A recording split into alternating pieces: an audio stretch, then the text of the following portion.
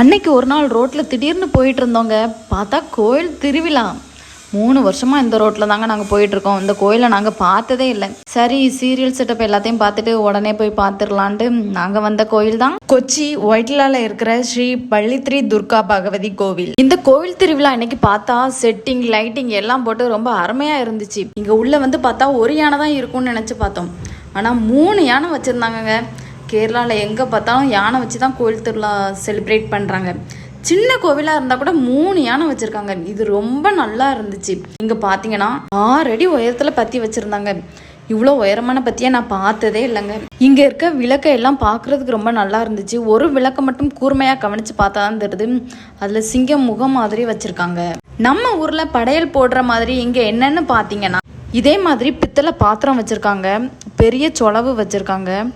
அதில் அரிசி மஞ்சள்லாம் போட்டு வச்சுருக்காங்க. இதை பார்க்குறதுக்கு வித்தியாசமாக இருந்துச்சு. அப்புறம் பார்த்தீங்கன்னா இங்கே ஒரு குடம் வச்சுருக்காங்க. அந்த குடத்துல எல்லாருமே காசு போடுறாங்க. அந்த காசு எப்படி போடுறாங்க அப்படின்னா தலையை 3 சுற்றி சுற்றி அதுக்கப்புறம் அந்த காசை குடத்துல போடுறாங்க.